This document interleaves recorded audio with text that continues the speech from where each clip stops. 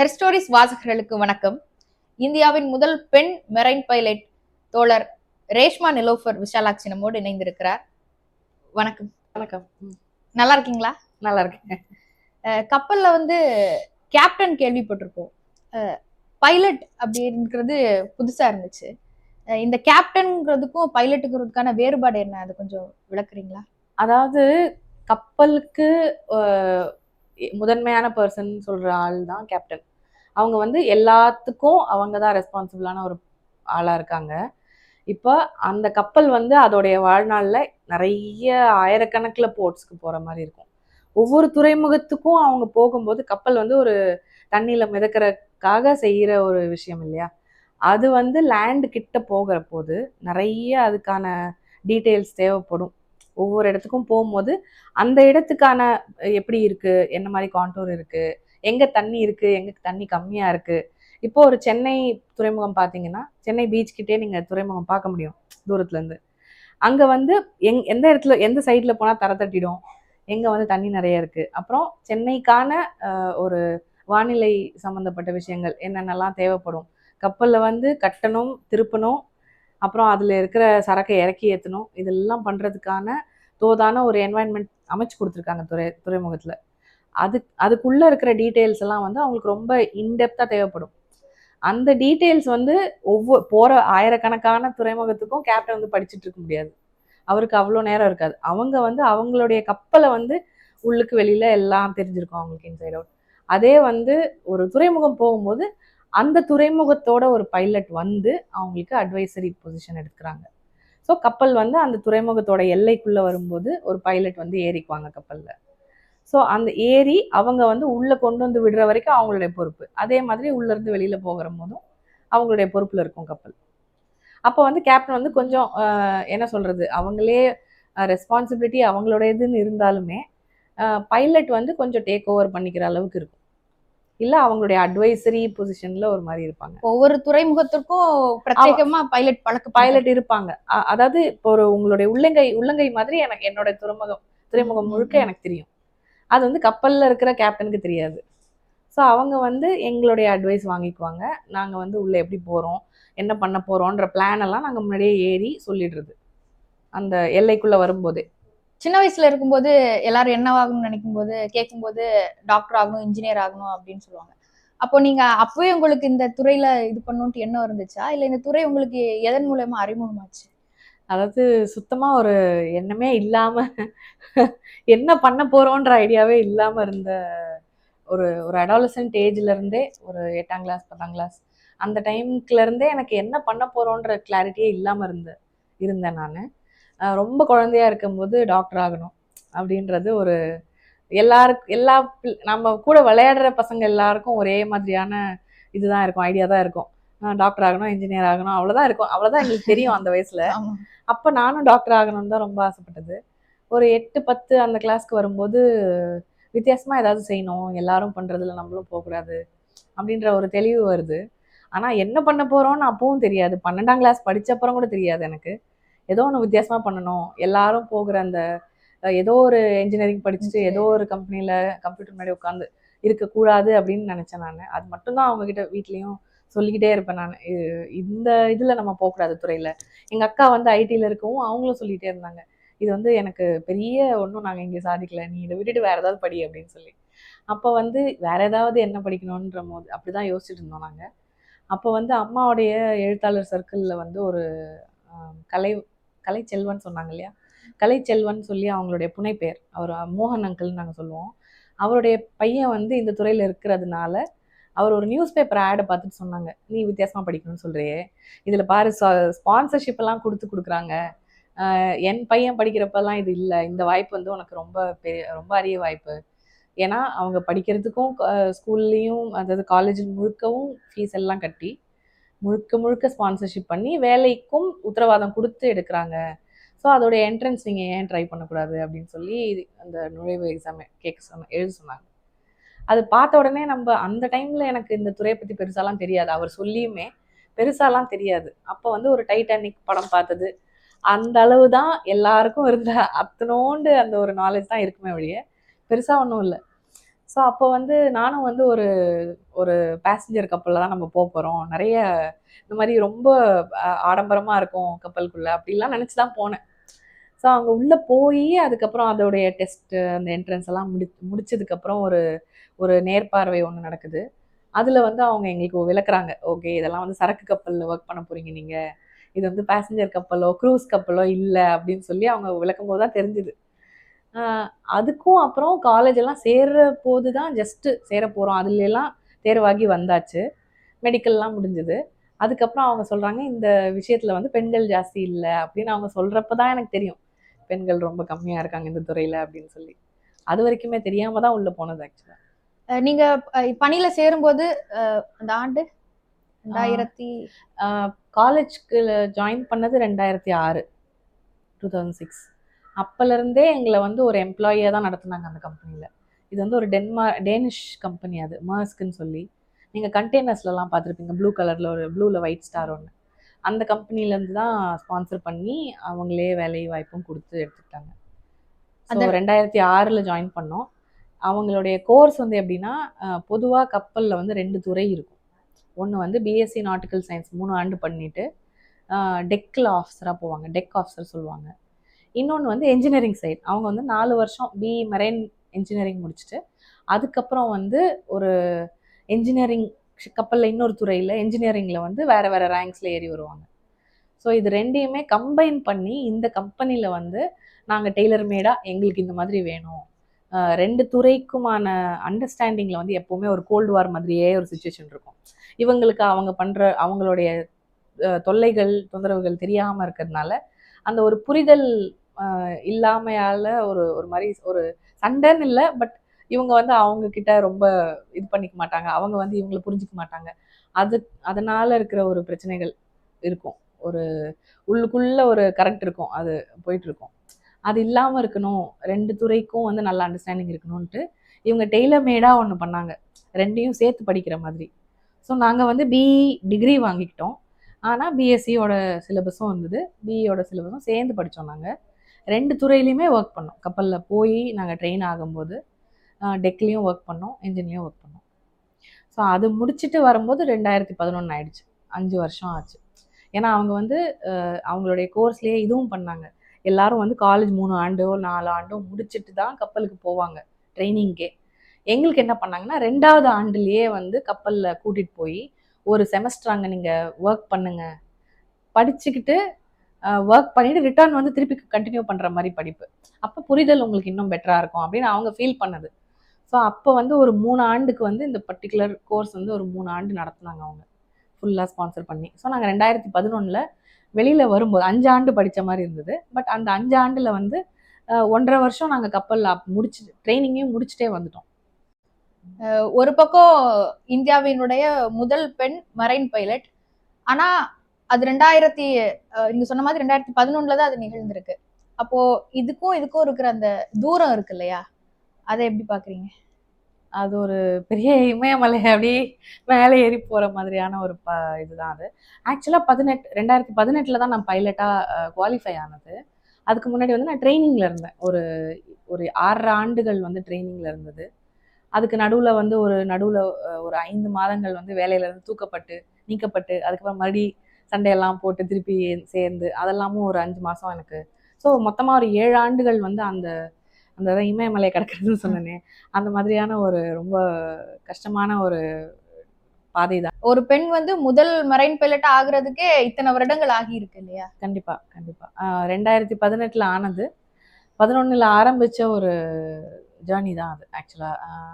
2011 வந்து இந்த கோர்ஸ் முடிச்சுட்டு நான் கப்பல்ல இருந்து ரிட்டர்ன் வந்துட்டு அதுக்கப்புறம் இன்னொரு நியூஸ் பேப்பர்ல ஒரு ஆட் தான் பார்த்து நம்ம அப்போ அந்த டைம்ல வந்து கொஞ்சம் வீட்டில் வந்து பேரண்ட்ஸ் இருக்காங்க, அப்போ அவங்களுடைய மெடிக்கல் நீட்ஸ் அதெல்லாமும் வந்து போக போக நம்ம கூட இருந்து பார்க்கணுன்ற ஒரு ஒரு ஈர்ப்பு இருக்கவும், சரி நம்ம கப்பலில் வந்து மொத்தமாக விட்டுட்டு ஒரு டெஸ்க் ஜாப் மாதிரி பண்ணாமல் கப்பல்லையும் இருக்கணும், ஆனால் வந்து வீட்டுக்கும் ஒரு கூப்பிட்ட குரலுக்கு போகிற மாதிரி இருக்கணும் அப்படின்னு சொல்லி ரொம்ப தேடிட்டு இருக்கிற நிலையில வந்து கரெக்டாக அந்த நியூஸ் பேப்பர் ஆடு வந்தது.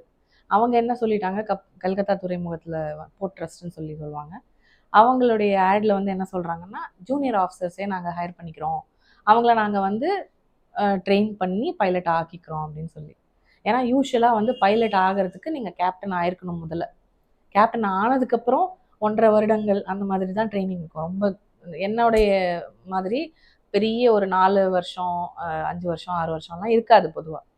அப்ப இவங்க வந்து என்ன சொல்றாங்கன்னா, நாங்க அதிக நாட்கள் பீரியட்ல வந்து ட்ரெயின் பண்ணி, அவங்கள பைலட் ஆக்கிக்கிறோம் எங்களுக்கு தேவைப்படுற மாதிரின்னு சொல்லி அவங்க ஒரு ஆட் போடுறாங்க. அந்த அட்வர்டைஸ்மென்ட் பார்த்து அப்ளை பண்ணி அங்க போய் சேர்ந்தது தான். சேரும்போது வந்து அவங்க முதல்ல கேட்டது வந்து, "நீங்க ஒரு பெண்ணா இருந்துட்டு இதெல்லாம் பண்ண முடியுமா? நாங்க வந்து அப்பவும் வந்து ஒரு இது ஓப்பனா உங்களுக்கு வச்சுடுறோம். இதுலயே இந்த மெரைன் டிபார்ட்மெண்ட்லயே வந்து 2, 3 விஷயங்கள் இருக்கு. ஒண்ணு வந்து 15 நாள் போயிட்டு வந்து 15 நாள் வீட்ல இருக்கிற மாதிரி. நீங்க வந்து டெய்லி டெய்லி போயிட்டு வர்ற மாரி இருக்கும். இதே வந்து இதை தாண்டி வந்து இன்னொரு டிபார்ட்மெண்ட்டும் இருக்கு. அது வந்து கொஞ்சம் ஓரளவுக்கு டெஸ்க் ஜாப் மாதிரி இருக்கும்.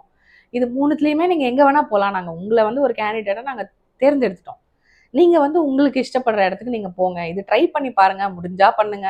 அப்படிங்கிற மாரி ஒரு ஒரு ஃப்ரீடம் நமக்கு குடுக்குறாங்க. அதுக்கு வந்து நன்றி தான் சொல்லணும். ஆனாலுமே நான் முதல்லயே வந்து சொன்னது என்னன்னா, நான் இதுக்காக தான் வந்தேன். இதுதான் நான் பார்த்துருக்கேன். இத நான் பண்ணணும், பண்ணி பார்க்கணும்னு ஆசைப்பட்ட ஒரு விஷயம். ஏன்னா இப்ப இப்போ ஒரு நம்ம ட்ரெய்னியா போறோம். ஒரு கேடெட்டா போவாங்க முதல்ல. இந்த காலேஜ் முடிச்ச உடனே போற கப்பல்ல 1½ வருஷம் போனேன் இல்லையா? அப்ப போம்போது நானு நெனச்சது வந்து என்னன்னா, இப்போ நம்ம ஒரு எங்கேயோ ஒரு வொர்க்கு போறோம்னா, ஒருத்தர வந்து ஒரு ரோல் மாடலா ஆக்கிக்கிறோம் இல்லையா? ஏதோ ஒரு பொசிஷன் நம்ம அடையணும்னு அப்படி ஒரு இலக்கு வச்சுக்கிறோம் இல்லையா? அந்த மாதிரி முதல்ல கேப்டன பார்த்து ஒரு ஒரு பிரமிப்பு வருது. எல்லாத்தையும் இவங்க ஹேண்டில் பண்றாங்க. எல்லா விஷயங்கள் மனிதர்கள், அங்க இருக்கிற கார்கோ, அதுல இருக்கிற எல்லா விஷயங்களும் சேஃப்டி, நேவிகேஷன் எல்லாமே அவங்க வந்து மேற்பார்வை பார்த்துக்கிட்டு எல்லாத்துக்கும் மேல ஒரு பொசிஷன்ல இருக்காங்க. அது ஆகணுன்றது தான் முதல்ல எனக்கு ஒரு ரோல் மாடலா வச்சுக்கிட்டது. அதுக்கப்புறம் போக போக பார்க்கும்போது, சரி அவங்களுக்கே அட்வைஸ் பண்றதுக்கு ஒருத்தங்க வராங்க. ஒரு துறைமுகத்துக்கு போகும்போது ஒரு ஒரு பைலட் வராங்க. அப்போ கேப்டனே வந்து அவங்கள கேட்டுக்கிறாங்க அட்வைஸ்ன்னும்போது, ஓஹோ! அப்ப நம்ம அது ஆகணும் அப்படின்ற ஒரு இலக்கு வருது. ஸோ அந்த மாதிரி ஆசைப்பட்டு இதில இது பார்த்த உடனே நான் கிராப் பண்ணி உடனே வந்து அப்ளை பண்ணி, அவங்களோட இன்டர்வியூ தான் தேர்ந்தெடுத்து அவங்க எடுத்தது. அப்ப நான் அவங்ககிட்ட சொல்லிட்டேன். "இது பாருங்க எனக்கு வந்து இதோடைய வேலையும் பிடிக்கிற மாரி இருக்கு. அதே மாதிரி எனக்கு கூப்பிட்ட குரலுக்கு நான் சென்னை வந்து போக முடியிற மாதிரியான ஒரு விஷயமா தெரியுது. அதனால எனக்கு இதுவே கம்ஃபர்டபுளா இருக்கு. என்னைய வேற எங்கேயும் அனுப்பிச்சிடாதீங்க" அப்படின்னு சொல்லி, அப்பவே நான் வந்து தேர்ந்தெடுத்து மிச்ச ஆப்ஷன்லாம் குடுக்காதீங்க எனக்கு அப்படின்னு சொல்லி சொன்னேன் நான். நீங்க சொன்ன மாதிரி இந்த பயணம்லாம் கடந்து அந்த முதல் முறையா அந்த கப்பலை இயக்கும்போது உங்களுக்கு அந்த உணர்வு எப்படி இருந்துச்சு? ஆ ஒரு பெருமூச்சு விட்டு ஒரு ரிலீஃபா தான் இருந்தது. நம்ம வந்து அடையணும்னு நெனச்சது வந்து அந்த இடத்துக்கு வந்துட்டோம். ஏன்னா, அவ்ளோ வருடங்கள் உங்களுடைய கடின உழைப்பு போட்டுட்டு, ஒரு இடத்துக்கு வரும்போது கடைசில வந்து ஒரு பெருமூச்சு. "அப்பாடா முடிஞ்சுதாப்பா" அப்படின்ற மாரி தான் இருக்குமே. அந்த அந்த ஃபீலிங் தான் இருந்ததே ஒழிய, அது நான் ரொம்ப ஆசைப்பட்டு பண்ண வேல. அதே மாரி நான் ட்ரெய்னியா இருக்கும்போதுமே, அதாவது கடைசியா நான் ட்ரெய்னிலேருந்து பைலட் ஆகுற அந்த எக்ஸாம் முடிக்கிறது, எக்ஸாம் பாஸ் ஆகுறோமா இல்லையா? அந்த டைம்லயே வந்து ஏற்கனவே பைலட் பண்ண ஆரம்பிச்சுட்டேன். ட்ரெய்னியா இருக்கும்போதே சீனியர் ட்ரெய்னின்னு சொல்லி நம்மள வந்து சில குட்டி குட்டி கப்பல்ல வந்து எங்கள அனுப்ப விட்டாங்க. போய் ஜமாய் அப்படின்னு சொல்லி அனுப்பிச்சு விட்டுருவாங்க. அந்த மாரி அனுப்பி கொஞ்சம் எக்ஸ்பீரியன்ஸே ஆயிடுச்சு. பைலட் ஆனதுனால. ஸோ அது ஏற்கனவே நம்ம பண்ணிட்டோன்றதுனால நமக்கு அது ஒரு எல்லா நாளும் பண்ற விஷயம் தான்ற மாரி ஆயிடுச்சு. அது ஒரு நம்ம சாப்பிடுறோம், தூங்குறோம், ஆஃபீஸ் போறோம்ன்னு நம்ம மிச்சவங்கலாம் நெனைக்கிற மாரியே தான் எனக்கும். ஆஃபீஸ் போறோம், ஆஃபீஸ் வேல முடிக்கிறோன்ற மாரி தான். அது ஒரு பெரிய ஒரு இலக்க நோக்கி அந்த இலக்கை அடைஞ்சிட்டோன்ற ஒரு ஒரு மெத்தனம் இருக்க முடியாது நமக்கு. ஏன்னா, அதுலயுமே டெய்லியுமே ஒரு ஒரு கத்துக்கிறதுக்கான ஒரு விஷயம் இருக்கும். தினப்படி வொர்க்ல வந்து நாங்க ஏதாவது ஒண்ணு கத்துக்குவோம். ஒவ்வொரு நாளும் கத்துக்குவோம். என்னோட சீனியர்ஸ் எல்லாம் சொல்லுவாங்க, 60 வயசு ஆகுது எனக்கு. இதோ அடுத்த மாசம் ரிட்டயர்மென்ட் எனக்கு. ஆனா, இன்னைக்கு வரைக்கும் நான் ஏதோ கத்துக்கிட்டு தான் இருக்கேன். ஒவ்வொரு நாளும் ஒரு படிப்பு இருக்கும். நமக்கு ஒரு ஒரு லெசன் இருக்கும் அப்படின்னு சொல்லுவாங்க. அந்த மாதிரியான வேலை. ஒரு போரே அடிக்காத ஒரு வேலை. அதுவும் சொல்லணும் நானு. ரொம்ப ஒரு இன்ட்ரஸ்டிங்கான வொர்க் அது. இப்போ மித்த வேலைய கம்பேர் பண்ணும்போது உங்களுடைய பணி நேரம் வந்து மாறுபடுது. ஒரு சராசரியான பணி நேரம் சூழல் இல்ல கிடையவே இல்லையா? கிடையாது. அப்ப இதையும் உங்க தனிப்பட்ட வாழ்க்கைய எப்படி நீங்க மேனேஜ் பண்றீங்க? அது வந்து கஷ்டமா இல்ல. பழகி போச்சுன்னு சொல்லலாம். இப்ப நெறைய பேர் வந்து அவ்ளோ ஹைட்ல வந்து கயித்து எண்ணில எப்படி ஏறுவீங்க? திரும்பி கீழ பார்த்தா பயமா இருக்குமா? அப்படின்லாம் கேட்பாங்க. அது நம்ம தினப்படி பண்ணும்போது பழகிடுது. பயம் இல்லாத ஆள் கிடையாது. நானும் பயப்படுவேன். என்னை வந்து ஒரு ஏணியில போய் அதுல ஏறுன்னு சொன்னீங்கன்னா பயமா தான் இருக்கும். ஆனா தினப்படி செய்யும்போது பழக்கத்துல அந்த பயம் போகிற ஒரு விஷயம் தான் அது. அந்த மாதிரி தான் வேலையும். ஒரு அந்த டைமிங்க்கு வந்து நம்ம பாடி அட்ஜஸ்ட் ஆயிக்கும். இன்னும் வயசு இருக்கு. இன்னும் அந்த மாதிரியான ஒரு தூக்கமின்மை அந்த மாதிரியெல்லாம் வராத ஒரு வயசு இது. அதனால என்ன பண்ணாலும் எங்க அம்மாலாம் ஓடுற பாம்பு மிதிக்கிற வயசுன்னு சொல்லுவாங்கல்ல. அந்த மாதிரி யங்கா இருக்கும்போதே கத்துக்கிறதுனால நமக்கு அது கஷ்டமா இல்ல. அந்த இதுக்கு மாறிக்கிறது. நீங்க குறிப்பிட்டிருந்த மாதிரி அம்மா விசாலாட்சி ஒரு எழுத்தாளர். அவங்க கதைகள் வந்து பெண்ணியம் சார்ந்து நிறைய கதைகள் எல்லாம் எழுதியிருக்காங்க. அது உங்களுடைய தனிப்பட்ட வாழ்க்கையை எப்படி தாக்கம் ஏற்படுத்தி இருக்கு? புனைப்பெயர் அமரன் தான் எழுதுவாங்க. நான் அவங்ககிட்டயே சொல்லுவேன், உங்களோட கதையெல்லாம் வந்து ரொம்ப தாக்கமா இருக்கும். அப்படியே சில சமயம்லாம் துக்கம் தொண்டைய அடைச்சிக்கிற மாதிரி இருக்கும் அப்படின்லாம் சொல்லி நான் சொல்லுவேன் அவங்ககிட்ட. நான் ரொம்ப அவங்களுடைய ஒர்க்ஸே ரொம்ப படித்தது இல்லை நான். ஸோ ஃப்ராங்காக சொல்லணும்னா அதான், நான் அவங்களுடைய ஒர்க்ஸ் ரொம்ப படித்தது கிடையாது. ரொம்ப குறிப்பிட்ட சில சில சிறுகதைகள் தான் படிச்சிருக்கேன். அவங்க பெண்ணியவாதியாக இருக்கிறதுனாலவோ என்னமோ சின்னதுலேருந்தே அந்த ஒரு ஃப்ரீடம் கொடுத்து வளர்க்குறது, அந்த வளர்ப்பு கொஞ்சம் வித்தியாசமாக இருந்தது. இப்போ மிச்ச வீடுங்கள்லாம் வந்து அதான் நம்ம பேசிக்கிட்டு இருக்கும்போதே பேசுவோம்.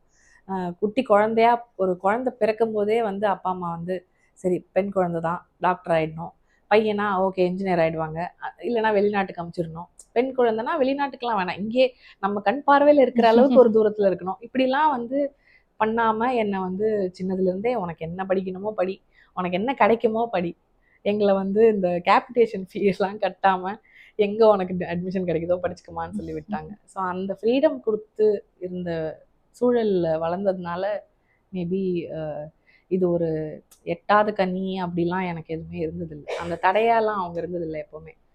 எந்த விஷயமுமே, அதாவது எனக்கு இது பண்ணணும், கராத்தே கிளாஸ் போனோன்னா அவங்களே அனுப்பி வைப்பாங்க. நமக்கு இஷ்டமானது அவங்க எனக்கு எல்லாமே பண்ணி வளர்த்தாங்க. ஸோ உங்க பேருக்கு பின்னாடி கூட அம்மாவோட பேர் தான் போட்டிருக்கீங்க. ஆமாம் கண்டிப்பாக. எங்கள் வீட்லேயுமே எல்லாருக்குமே வந்து முன்னாடியெல்லாம் இனிஷியலாக போட்டிருப்பேன், வீன்னு போட்டிருப்போம். நாங்கள் என்னோட ஸ்கூலோட சர்டிஃபிகேட்ல எல்லாமும் அப்படி தான் இருக்கும், வீன்னு போட்டிருக்கோம். அதுக்கப்புறம் பாஸ்போர்ட் எல்லாம் வரும்போது அதை எக்ஸ்பேண்ட் பண்ணிடுவாங்க. அதனால அது முழுக்கவே இப்போ விசாலாட்சினே வருது. வெளிநாடுகள்லாம் போனோன்னா நம்ம சர்நேமை வச்சு தான் நம்மளை கூப்பிடுறதுனால விசாலாட்சினே கூப்பிட்டாலும் நான் திரும்பி பார்க்கணும். அப்படிதான் பழகிடுச்சு. நீங்க குறிப்பிடுறீங்க உங்க துறையில வந்து ஆண் ஆதிக்கம் நிறைந்த ஒரு துறை. அப்படி ஒரு துறையில இருந்துட்டு அது சார்ந்து பெண்ணியம் அப்படிங்கறத நீங்க எப்படி பாக்குறீங்க? என்னோட எவ்ரிடே லைஃப்ல பெண்ணியம் இருக்கு. எவ்ரிடே லைஃப்ல வந்து எனக்கு ஒரு பெண்ணா இருக்கிறதுனால சில அட்வான்டேஜஸ், சில டிஸ்அட்வான்டேஜஸ் இருக்கு. அட்வான்டேஜ்னு பார்த்தீங்கன்னா அது வந்து நான் வந்து அட்வான்டேஜாக பார்க்கல. ஏன்னா நம்ம மேலே இருக்கிற பார்வை வந்து பயங்கர அதிகமாக இருக்கும். நம்ம தும்மல் போட்டால் ரேஷ்மாக்கு வந்து உடம்பு சரியில்லையாம்ப்பா அப்படின்னு சொல்லி துறை ஃபுல்லாக தெரிகிற அளவுக்கு ஒரு ஒரு அந்த அட்டென்ஷன், தேவையில்லாத ஒரு அட்டென்ஷன். அது எனக்கு என்ன கேட்டிங்கன்னா இது வந்து ஒரு அத்தியாவசியமான ஒரு விஷயமா இல்லாமல் தான் இருக்குது. இது தேவையில்லைன்னு சொல்லி நான் நினைப்பேன். அவ்வளோ ஸ்க்ரூட்டினியும் அவ்வளோ ஏன்னா அத்தனை ப்ரெஷர் அது. இப்போ நம்ம வந்து ஒரு மைக்ரோஸ்கோப்பில் ஒரு ஸ்லைடு மாதிரியும் ஒரு 1000 கண்கள் நம்மளை வந்து எந்நேரம் அப்படி பார்த்துக்கிட்டே இருக்கிற மாதிரியான ஃபீலிங் தான் எனக்கெல்லாம், என்ன கேட்டிங்கன்னா. ஏன்னா நம்ம வந்து ஒரு இன்விசிபிள் கொடியை பிடிச்சிக்கிட்டே இருக்கிற மாதிரி இருக்கும். பெண்களுக்கான ஒரு கொடியை நான் பிடிச்சிட்டு தூக்கிட்டு சுமந்துட்டு போகிற மாதிரியே இருக்கும். அது ஒரு அடிஷ்னல் ஒரு ஒரு வெயிட்டாகவும் நினச்சிக்கலாம், இல்லைன்னா ஒரு ரெஸ்பான்சிபிலிட்டியாகவும் நினச்சிக்கலாம். ப்ரைடுன்றது ஒன்று, ஆனால் நான் ப்ரைடை வச்சுக்கிட்டு என்னங்க செய்ய முடியும்? ப்ரைடை வந்து சாப்பிட்டு எனக்கு ஏப்பம் கூட போகிறது இல்லை. ஆனால் அந்த வெயிட் இருக்குது பார்த்தீங்களா, அது வந்து உங்களுடைய எவ்ரிடே வாழ்க்கையில் வந்து உங்களுக்கு ஒவ்வொரு நாளும் ஒவ்வொரு பணியிலையும் உங்களுக்கு வந்து அந்த ப்ரெஷர் இருக்கும். பர்ஃபார்மன்ஸ் ப்ரெஷர்னு சொல்கிறோம் இல்லையா, அந்த மாதிரியான ஒரு விஷயம் அது. ஏன்னா நான் ஒரு தப்பு பண்ணால் தனி மனிதர் பண்ண தப்பா அது பார்க்க மாட்டாங்க. ஒரு பெண்களுடைய பெண்களே இப்படிதான் அப்படின்ற ஒரு ஒரு டேக்லைனோட வரும் நமக்கு. அந்த டேகுக்குனால நான் வந்து இன்னும் கூட 1க்கு 4 மடங்கா வந்து ரொம்ப ரொம்ப பத்திரமா பார்த்து பார்த்து பார்த்து பார்த்து செய்ய வேண்டிய இருக்கும். ஒவ்வொரு ஆக்ஷன்லயும் அந்த தனித்துவம் இருக்கும். தனித்துவத்தை கவனிக்கிறதும் அதிகம், தனித்துவத்தை விமர்சனப்படுத்துறதும் ஜாஸ்தி. மிச்சவங்களை ஒரு ஆண் வந்து ஒரு நல்ல பைலட்டா இருக்கலாம், ஆவரேஜ் பைலட்டா இருக்கலாம், இல்ல பேட் பைலட்டா கூட இருக்கலாம். அதே பெண் பைலட் ஆகணும்னா நம்ம இவங்க இந்த 3 கேட்டகரிக்கும் அதிகமா டபுள் பர்ஃபார்மன்ஸ் நம்ம பண்ணாதான் நமக்கு அந்த இடமே கிடைக்கும். இடம் கிடைக்கிறதே கஷ்டம். அதுக்கப்புறம் வர்றது அக்செப்டன்ஸ்ன்றது. நம்மள ஒரு மனுஷனா மதிக்கிறது, அப்புறம் வந்து நம்மள ஒரு கோவர்க்கரா பாக்குறது, கூட வேலை பண்றவங்களுக்கு கொடுக்குற மரியாதையை நமக்கும் கொடுக்கறது, இதெல்லாம் வந்து உடனே வராத ஒரு விஷயம். பல வருடங்கள் நம்ம கன்சிஸ்டண்டா ஒரே விஷயத்த பண்ணிக்கிட்டே வரும்போது தான் அதுக்கான ஒரு மரியாதையும், ஒரு நீயும் நான் எங்கள்ல ஒருத்தி தான் அப்படின்ற ஒரு இடமும் கிடைக்கிறது பல ஆண்டுகள் ஆகும். இப்போ நீங்க வந்த நேரத்துல வந்து நீங்க தான் முதல் முறையா வந்திருக்கீங்க. இப்போ சூழல் மாறி இருக்கா? இப்ப பெண்கள் வந்து இருக்கிறாங்களா உங்க துறையில? மேரிடைம் இண்டஸ்ட்ரின்னு பாத்தீங்கன்னா கப்பல் துறையில வந்து நிறைய பெண்கள் இப்போ வராங்க. தமிழ்நாட்டுல இருந்தே நிறைய பெண்கள் இருக்காங்க. இந்தியாலையுமே வந்து, அதாவது நாங்க இப்ப ரீசெண்டா கூட பார்த்த போது கப்பல்ல வந்து செயில் பண்ணிக்கிட்டு இருக்கிற பெண்கள் பாத்தீங்கன்னா உலகத்திலேயே நம்ம ஜாஸ்தி இருக்கோம். பிலிப்பீன்ஸோட ஜாஸ்தி இந்தியன்ஸ் தான் இருக்காங்க. ஆண்கள்ல பாத்தீங்கன்னா பிலிப்பைன்ஸ் தான் எல்லாரோடையும் ஜாஸ்தி. ஏதோ 25% என்னமோ உலக சீஃபேரிங் பாப்புலேஷன்ல பிலிப்பைன்ஸ் 25%. ஆனா பெண்கள்னு பாத்தீங்கன்னா 1000க்கும் மேல வந்து பெண்கள் வந்து சேல் பண்ணிக்கிட்டு இருக்காங்க கப்பல்கள்ல. அது வந்து க்ரூஸ் இண்டஸ்ட்ரியிலையும் இருக்கட்டும், இல்லை சரக்கு கப்பல்கள்லையும் இருக்கட்டும், பெண்கள் நிறைய சென்னை இதில் தமிழ்நாட்டிலையும் இந்தியாலையும் ரொம்ப ஜாஸ்தி. ஆனால் பைலட்டுங்கிற துறைமுகம் சார்ந்த விஷயங்கள்ல நான் ஒருத்தி தான் இன்னும் இருக்கேன். அட் எனி டைம் இப்போ நீங்கள் நாளைக்கு எத்தனை பெண்கள் கப்பலில் போயிட்டு இருக்கிறாங்க அப்படின்னு நீங்கள் பார்த்தீங்கன்னா கண்டிப்பாக ஒரு 400-500 பெண்கள் இருக்காங்க இந்தியன்ஸ். அதே வந்து மிச்ச கண்ட்ரீஸில் இவ்வளோ நம்பர் இருக்கிறது இல்லை.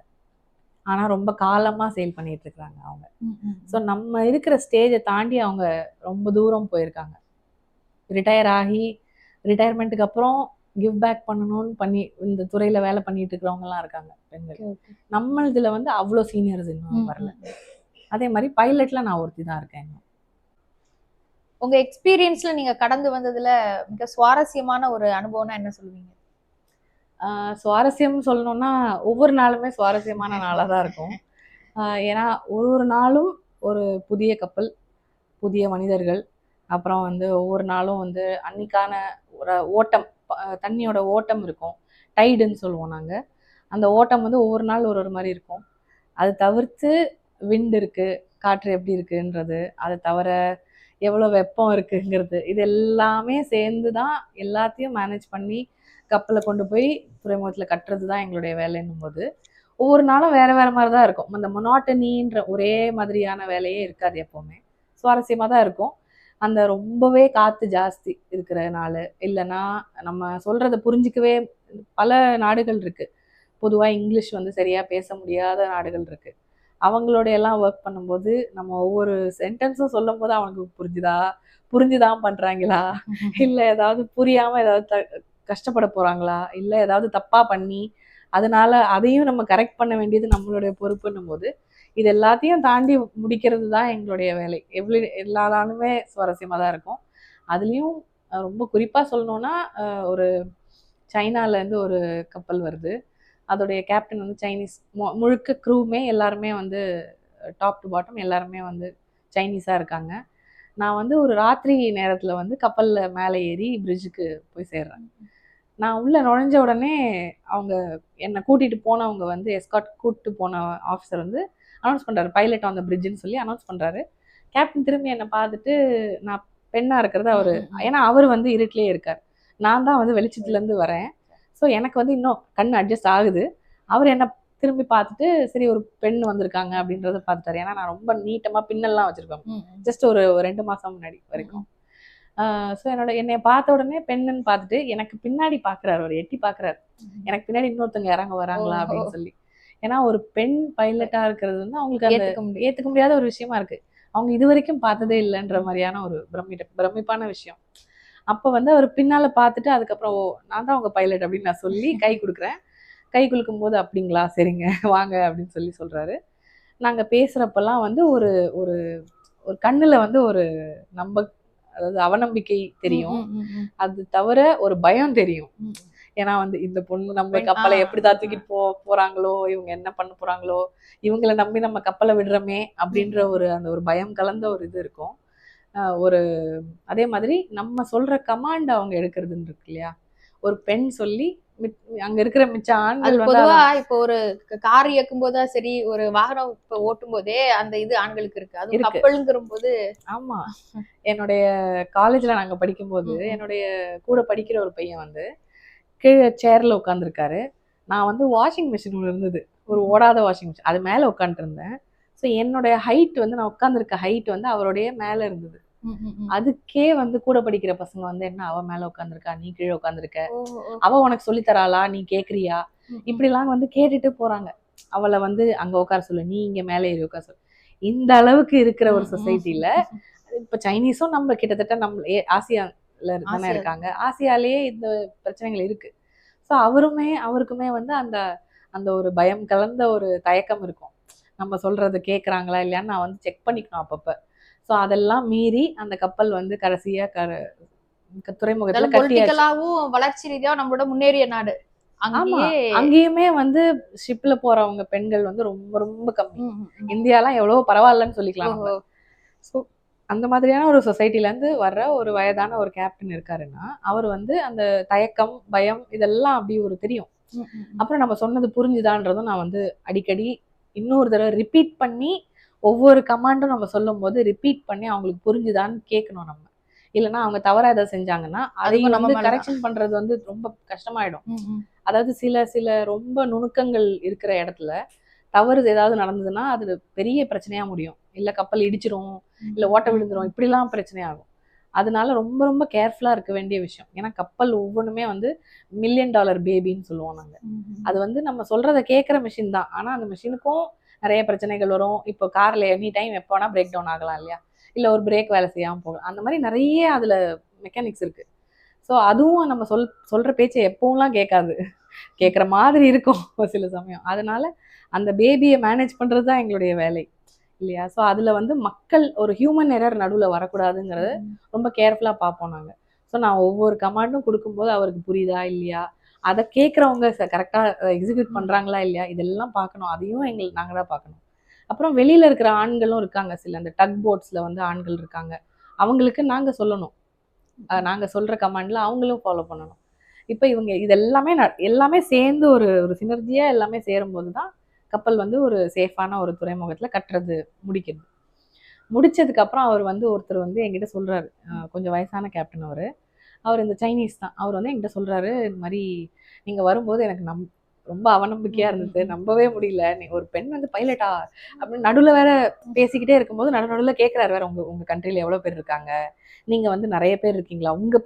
உங்க துறைமுகத்துல மட்டும் நிறைய பெண்கள் இருக்காங்க போல இருக்கு. அப்படின்னு வேற எத்தனை பேர் இருக்கீங்கன்னு கேட்கிறாரு. நான் ஒருத்தி தான் சொல்லுவேன். ஒத்தாளா இருந்து பண்றீங்களா? அப்படின்லாம் கூட நடுவுல அவரு எக்ஸ்பிளைன் பண்றதெல்லாம் கேக்குது எனக்கு. நான் சிரிச்சுட்டு இன்னைக்கு உங்களோட லக்கி டே கேப்டன் அப்படின்னு சொல்லிட்டு நாங்க வேலையை கண்டினியூ பண்ணிட்டு முடிக்கிறோம். முடிச்சதுக்கு அப்புறம் கை கொடுத்து சொல்றது என்னன்னா, எனக்கு ரொம்ப சந்தோஷமா இருந்தது. நான் வந்து ரொம்ப ஒரு அவநம்பிக்கையிலயும் ஒரு பயத்துலயும் தான் இருந்தேன். ஆனா இன்னைக்கு வேலை வந்து ரொம்ப நல்லா பண்ணீங்க. எனக்கு ரொம்ப சந்தோஷம் அப்படின்னு சொல்லி கை குலுக்கும்போது, அதுதான் என்னுடைய ஒரு அது என்ன சொல்றது, ஒரு போதைன்னு சொல்லலாம். அது அது வந்து எனக்கு ஒரு ஒரு குட்டி கைத்தட்டல் சின்ன போதை குழந்தைங்க மாதிரி. ஜெம்ஸ் கொடுத்தா எப்படி இருக்கும் அந்த மாதிரி எனக்கு அந்த ஜெம்ஸ் மூமெண்ட், அது எனக்கு லாலிபாப் மூமெண்ட். அந்த அப்ரிசியேஷன் தான் நமக்கு வேண்டியது. அந்த சொசைட்டியோடைய பார்வை வந்து அவர் அளவுக்கு ஃபாஸ்டா மாறினா ரொம்ப நல்லா இருக்குமேன்னு தோணும். ஏன்னா இன்னுமே வந்து நான் சொன்னேன் இல்லையா, மேல உட்காந்துருக்கா, எதுக்கு அவளை மேல உட்கார வச்சிருக்க அப்படின்ற சொல்ற சொசைட்டி தான் இன்னுமே இருக்கு. ஒரு செக்ஷன் ஆஃப் சொசைட்டி வந்து ஒரு பெரிய பகுதியே வந்து இப்படிதான் இருக்காங்க. இந்த மாதிரியான தாட்ஸ் தான். ஒரு பொம்பளைய சொல்றதை நீ என்ன கேட்கறது, ஆம்பளை நானு அப்படி இந்த மாதிரியான வாசகங்களை வந்து ரொம்ப நார்மலைஸ் பண்ணி வச்சிருக்கிற ஒரு சொசைட்டில நீங்க வந்து என்னுடைய ஐடியாவை மாத்திட்டீங்கப்பா அப்படின்னு சொல்லி ஒருத்தர் வந்து நான் தப்பா நினைச்சிட்டேன் அப்படின்னு சொல்றது ஒரு ஒரு டிக்ளரேஷன் இருக்கு பாத்தீங்களா? அது வந்து எனக்கு கிடைச்ச பெரிய ஒரு ஒரு சுவாரஸ்யமான இதுன்னு சொல்லிக்கலாம். கண்டிப்பா. அதே மாதிரி ஒரு கசப்பான அனுபவம்னா என்ன சொல்ல? பல கசப்பான அனுபவங்கள் இருக்கு. அதான் நான் சொன்ன மாதிரி இந்த அக்செப்டன்ஸ்ன்ற விஷயம் வந்து ரொம்ப லேஸ்ல வரக்கூடிய விஷயம் இல்ல. நிறைய பெண் இப்ப என்னுடைய ஜூனியர்ஸ் இந்த இண்டஸ்ட்ரியில இருக்கிற நிறைய பெண்கள் வந்து கேட்கறது என்னன்னா, நம்மளையும் ஒரு ஒரு டீம்ல ஒரு டீம்மேட்டா ஏன் பார்க்க மாட்டேங்கிறாங்க? ஏன் வந்து எப்பவுமே நம்மள தனியா வித்தியாசமா தான் பார்க்குறாங்கன்ற அந்த அந்த ஒரு கேள்விக்கு வந்து பதிலே இல்லாத ஒரு கேள்வியா தான் இருக்கு. ஏன்னா அக்செப்டன்ஸ்ன்றது ரொம்ப கஷ்டப்பட்டு ரொம்ப காலம் தாண்டி ரொம்ப லேட்டா தான் வருது. வர வேண்டிய ஸ்பீட்ல வர்றது இல்ல தான். பல வருடங்களுக்கு கஷ்டப்பட்டு வேலை பண்ணி எல்லாரும் போலவும் நானும் பண்ணிட்டு தான்யா இருக்கேன் அப்படின்னு சொல்லி நம்ம காமிச்சுக்கிட்டே இருக்க வேண்டிய நிலைமையில தான் இருக்கோம் இன்னும். ஸோ கசப்பான அனுபவங்கள் நிறைய இருக்கு. குறிப்பிட்டு சொல்லணும்னா மேபி இப்போ இந்த என் கூட வேலை பண்றவங்களே பார்த்தீங்கன்னா ஆண்கள்ல 3 விதமா இருக்கும்.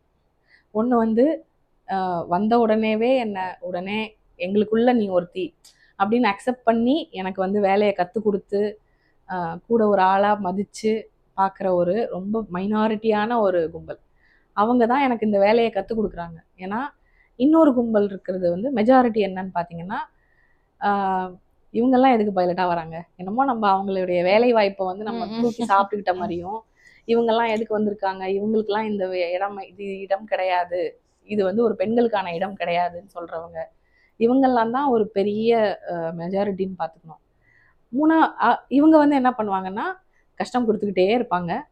ஒரு ஸ்டேஜில் வந்து இது என்ன பண்ணாலும் போகாத போல் இருக்கு இந்த பொண்ணு வேற வழி இல்லை, வேலை பண்ணி தான் ஆகணும், வந்து சேர்ந்துட்டாங்க, பைலட் ஆயிட்டாங்க, இப்போ ஒன்றும் பண்ண முடியாதுன்னு சொல்லி இந்த ஒரு கடனுக்காக செய்யறதுன்றது ஒரு குரூப்பு. ஒரு மைனாரிட்டி இருக்காங்க. அவங்க இன்னொரு மைனாரிட்டி என்னன்னா இந்த சப்போர்ட்டிவா இருக்கிற மைனாரிட்டிக்கு ஆப்போசிட் மைனாரிட்டி அது. இது வந்து கொஞ்சம் அவங்களுடைய நம்பர் ஜாஸ்தி. இவங்க வந்து இவளை என்னெல்லாம் பண்ணி இவளை இங்கேருந்து போக அடிக்கிறது, என்னெல்லாம் இவங்களுக்கு வந்து டிஸ்கரேஜ் பண்ணுறது, இவங்களுக்கு எப்படிலாம் தொந்தரவு கொடுக்கறது, இப்படியெல்லாம் யோசிக்கிறவங்க. நம்மளை வந்து பாடி ஷேம் பண்ணுறவங்களா இருப்பாங்க. இல்லைனா வந்து நீ இப்படி ஏன் பண்ணாமல் இப்படி பண்ண அப்படின்னு நம்ம செய்கிற வேலையில் ஏதாவது ஒரு குறை சொல்லிக்கிட்டே இருக்கிறது. அப்புறம் வந்து இவங்களுக்கெல்லாம் வேலை தெரியாது அப்படின்னு நம்மளை பற்றி பின்னால் பேசுகிறவங்க. இந்த மாதிரி ஒரு பெரிய கும்பல் இருக்கும். இவங்க வந்து நம்மள ஒரு பைலட்டாக என்றைக்குமே எப்பவுமே அங்கீகாரம் கொடுக்க போவதில்லை. அந்த கும்பல் ஒன்று இருக்கும். ஸோ இந்த 3 மனிதர்களையும் தாண்டி தான் வரும். அந்த கசப்பான வேலையில் இப்போ நான் வேலையிலேருந்து தூக்கினாங்கன்னுலாம் சொன்னேனே, அதெல்லாம் வந்து என்னுடைய பாஸாக இருந்த அந்த டைமில் ஒருத்தர் இருந்தார். நான் வந்து சர்வீஸில் இருக்கிற வரைக்கும் நீ எப்படி பைலட் ஆகிறேன்னு நான் பார்க்குறேன் அப்படின்னு சொடக்கு போட்டு சேலஞ்சு விட்டவர் தான் அவர். ஸோ அவருக்கு முடிந்த எல்லாத்தையும் பண்ணார் என்னை வந்து இல்லாமல் பண்ணுறதுக்கு. அதெல்லாம் கசப்பான அனுபவங்கள் தான் இவங்க மாதிரி இருக்கிறவங்களோடலாம். 2018 வந்து நாரி சக்தி புரஸ்கார் விருது வாங்கியிருக்கீங்க. அது வாங்கும்போது உங்க உணர்வு எப்படி இருந்துச்சு? அது வந்து ஒரு ட்ரீம் மாதிரி ஆச்சு. அதாவது கிள்ளி பார்த்துக்கணும்னு சொல்லுவாங்க இல்லையா, அந்த மாதிரியான ஒரு ட்ரீம் மாதிரி போச்சு அது. ஏன்னா அப்ளை பண்ணும்போது நாங்களே தான் அப்ளை பண்ணோம். நானே தான் யோசிச்சு நியூஸ் பேப்பரில் அதே தான் நியூஸ் பேப்பர் தாங்க எல்லாமே. நியூஸ் பேப்பரில் வந்து இதோட ஆட் வருது, நாமினேஷன்ஸ் ஃபைல் பண்ணுங்கன்னு சொல்லி. அப்போ வந்து நான் இது பார்த்துட்டு சரி எல்லாரும் சொன்னாங்க இந்த வருஷம் தான் நம்ம பைலட் ஆயிருக்கோம், இந்தியாவிலே நம்ம தான் ஒரே ஆள், பண்ணி பார்ப்போமே என்ன போயிட போகுது அப்படின்னு சொல்லி. சரி வரலைன்னா சந்தோஷம், அட்லீஸ்ட் நம்ம ட்ரை பண்ணோன்ற இதுவாது திருப்தியாவது இருக்கும்னு சொல்லி ட்ரை பண்ணலாம் அப்படின்ட்டு எங்கள் ஆஃபீஸில் கூப்பிட்டு போகும்போது எங்கள் பாஸ் வந்து சொல்கிறாரு, அப்ளை பண்ணலாம் தான், ஆனால் நமக்கு இதெல்லாம் கிடைக்குமாமா அப்படின்ற மாதிரி தான் அவரும் ஒரு அவநம்பிக்கையில் தான் கேட்டார். ஆனாலும் என்னென்னா உடனே அந்த பேப்பரெல்லாம் ஃபில் பண்ணி கொடுத்து ஹெல்ப் பண்ணார் அவர். அதுக்கெல்லாம் மேலே இருக்கிறவங்க வந்து என்ன சொன்னாங்கன்னா, இதெல்லாம் வந்து நம்மள மாதிரி சராசரி மனிதர்களுக்கெல்லாம் கிடைக்காத ஒரு விஷயம், இதுக்கெல்லாம் எதுக்கு ட்ரை பண்ணுறீங்க அப்படின்னு சொல்லி ஒரு டிஸ்கரேஜ் பண்ணுற மாதிரியான ஒரு சூழல் இருந்தது நம்மளை சுற்றி. அதெல்லாமும் மீறி அனுப்பி விடுங்க சார், அதுக்கப்புறம் வருதோ இல்லையோ பார்ப்போம் அப்படின்னு விட்டுட்டு தான் அனுப்பிட்டு மறந்தாச்சு. அதுக்கப்புறம் வந்து சில அந்த செக்ஸ் எல்லாம் பேக்ரவுண்ட் செக்ஸ் எல்லாம் பண்ணுவாங்க அவங்க. அது வந்து ஷார்ட் லிஸ்டட் ஆளுங்களுக்கு மட்டும்தான் ஃபோன் வரும். அந்த ஃபோன் வரப்போ தான் எனக்கு வந்து ஆஹா நம்மளை கூட ஒருத்தங்க கன்சிடர்லாம் பண்ணுறாங்க போலவே அப்படின்னு சொல்லி ஒரு அவநம்பிக்கையில் தான் இருந்தது. அது வந்து ஒரு ட்ரீம் மாதிரியே. அது கால் பண்ணும்போது அந்த பாஸ் கூட இருக்கிறப்ப தான் காலே வந்தது, உங்களுக்கு நாங்கள் தேர்வு செஞ்சிட்டோம், நீங்கள் வந்து ஒன் ஆஃப் தி அவார்டீஸ்ன்னு சொல்லி ஃபோன் வருது டெல்லியிலேருந்து. அப்போவும் அப்படிதான், சார் உங்கள் ரூமில் இருக்கும்போதே அன்றைக்கி வந்து இப்படி பேசுனீங்களே சார், உங்கள் ரூமில் இருக்கும்போதே எனக்கு கால் வந்துடுச்சு சார், நீங்கள் தான் சார் ஃபஸ்ட்டு, உங்களுக்கு தான் நான் சொல்கிறேன் ஃபஸ்ட்டு குட் நியூஸு அப்படின்னு சொல்லும்போது அவர் ஏஞ்சி நின்று ஒரு ரொம்ப சந்தோஷப்பட்டு அவர் வந்து விஷ் பண்ணார் எனக்கு. அதுக்கப்புறம் தான் வீட்டிலலாம் ஃபோன் பண்ணி சொன்னது. அப்பவுமே அப்படிதான், எங்களுக்குலாம் நம்பவே முடியல, எப்படி நம்மளெல்லாம் ஒரு ஆளாக மதிச்சு எப்படிடா அப்படின்னு சொல்லி. அதுக்கப்புறம் அங்கே போனப்புறமும் நிறைய புரிஞ்சது என்னென்னா, இந்த நாரி சக்தி அவார்டீஸ் எல்லாருமே பார்த்தீங்கன்னா எல்லாருமே என்னுடைய வயதில் ரொம்ப ரொம்ப பெரியவங்களாக இருந்தாங்க எல்லாருமே. அதாவது கிட்டத்தட்ட மிடில் ஏஜ்லேருந்து ஆரம்பித்து 60 வயசு 70 வயசு ஒரு பாட்டிக்கெல்லாம் வந்து கூட ஆள் போனாங்க பிடிச்சிட்டு போகிறதுக்காக. அவங்க வீல் சேர்ல இருக்கிற பர்சன். அவங்களுடைய வாழ்க்கையே வந்து பெண்களுடைய இதுக்கும் எம்பவர்மெண்ட்டுக்காக செலவழிச்சு எத்தனையோ 1000 பெண்களை வந்து அவங்க வழி நடத்தி கொண்டு வந்திருக்காங்கன்ற மாதிரியான பெண்கள் ஒரு அவங்க ஒரு யுகத்துக்கு பண்ணியிருக்காங்க அப்படின்ற மாதிரி வேலை பண்ணியிருக்காங்க இந்த விஷயத்துல அப்படின்னு சொல்லி அந்த மாதிரி ஆட்களுக்கு வந்து அங்கீகாரம் கொடுக்குற ஒரு அவார்டா இது இருக்கும்போது ஒரு யங்கான இப்பதான் சில மாதங்களே ஆன ஒரு பொண்ணு பைலட்டுக்கு வந்து இவங்க கொடுக்குறாங்கன்னும் போது எனக்கு ஒரு பெரிய பிரமிப்பு அது ஆக்சுவலா. என்னுடைய வயசுல வந்து இன்னும் ஒருத்தங்க இருந்தாங்க ராஜஸ்தான்ல. அவங்களுமே அவங்களுடைய வயசுக்கு 800 1000 பெண்களுக்கு வந்து வாழ்வாதாரம் கிரியேட் பண்ணி கொடுக்குற ஒரு பெண்ணா இருந்தாங்க. அவங்களுக்கு அந்த குரூப்ல நிற்கும் போது ரொம்ப நம்மலாம் ஒண்ணுமே இல்லையே, நம்ம ஒரு ஒரு ஓஷன்ல ஒரு மணலோட துண்டு மாதிரி இருக்கமே அப்படின்னு தான் எனக்கு ஃபீல் ஆச்சு ஒழிய அது ஒரு பெரிய ட்ரீம் மாதிரி தான் இருந்தது. நம்மளெல்லாம் இதுக்கெல்லாம் வந்து ஒரு டிசர்விங் கேண்டிடேட்டாக யோசிக்கிறாங்களே அப்படின்னு எனக்கு ஒரு சந்தோஷம் கலந்த ஒரு என்கரேஜ்மெண்ட்டாக தான் பார்த்தேன் நான் அதை. அப்புறம் அந்த அவார்டுக்கு வந்து நாங்கள் நிறைய ரிஹர்சல் பண்ணி பண்ணி பண்ணி தான், ஏன்னா வந்து எவ்வளோ பெரிய ஒரு அன்பிலீவபிள் மூமெண்ட்னா அது ரிஹர்சல் பண்ணும்போதே ஒருத்தங்க மயங்கி விழுறாங்கன்னா அந்த அளவுக்கு ஒரு ஓவர்வெல்மிங்னு சொல்லுவாங்க இல்லையா, அது அந்த மாதிரியான ஒரு எக்ஸ்பீரியன்ஸ் அது. அது அவார்டெல்லாம் சிரிச்சுக்கிட்டு ஒரு ஃபோட்டோ எடுத்து அவார்டெல்லாம் வாங்கிட்டு வெளில வந்தோடனே நானும் எங்கள் அம்மாவும் கட்டி பிடிச்சிட்டு பூத்துன்னு அழுதுட்டு இருந்தோம் அங்கே. ஏன்னா இந்த பிரசிடென்ட்ஸ் டீன்னு சொல்லி இந்த இவெண்ட் முடிஞ்சதுக்கு அப்புறம் அவார்ட் ஃபங்க்ஷனுக்கு அப்புறம் ஒரு குரூப் ஃபோட்டோ எடுத்துட்டு எங்களை அமுச்சு விட்டாங்க அந்த டீ ரூமுக்கு. பெரிய ரூம் அது, அங்கே தான் இவங்களை வெயிட் பண்ணிட்டு இருந்தாங்க. அம்மா வந்து கட்டி பிடிச்சிட்டு அழுது எங்களுக்கெல்லாம் கண்ணெல்லாம் சிகப்பாயிடுச்சு அழுது ஒரு மாதிரி. அதான் அது ஒரு நமக்கு இவ்வளோ வருஷமா பண்ணிட்டு வந்த ஒரு கடின உழைப்புக்கு கிடைச்ச ஒரு அங்கீகாரமாக தான் பார்க்கணும். அது ஒரு என்கரேஜ்மெண்ட். அதே மாதிரி ராம்நாத் கோவிந்த் சார் வந்து எனக்கு அவார்ட் கொடுத்துட்டே இருக்கும்போது பேசினாங்க சிலது, அரங்கம் அப்படியே அதிர்ற அளவுக்கு கைத்தட்டல் போயிட்டு இருந்துச்சு. அதனால டிவிலையோ இல்லை ஏதோ ஒரு இதுலலாம் வந்து பெருசாக அதை அந்த பிட்டு வரல ஆக்சுவலாக அந்த வீடியோ. அவர் என்கிட்ட கிட்டத்தட்ட ஒரு 2 நிமிஷம் பொறுமையாக பேசி தான் அனுப்புனாரு. நீங்கள் வந்து ஒரு அடுத்த தலைமுறை பெண்களுக்கு வந்து ஒரு ஒரு காட்டையே வந்து டீஃபாரஸ்ட் பண்ணி ஒரு வழி அமைச்சு கொடுத்துட்டு போயிருக்கீங்க, அதுக்கு ரொம்ப சந்தோஷம், மேலும் மேலும் பண்ணிக்கிட்டு இருங்க அப்படின்னு சொல்லி என்கரேஜ் பண்ணி தான் அவார்டு கொடுத்தாரு. அந்த ஒரு லைனில் அவர் இவ்வளோ டக்குன்னு அப்படி சொன்னது வந்து எனக்கு பெரிய ஒரு என்கரேஜ்மெண்ட்டாக இருந்தது. அந்த என்கரேஜ்மெண்ட்டுக்கு நிகராக வந்து ஒரு அங்கீகாரம் வேற இருக்க முடியாதுன்னு தோணுது எனக்கு.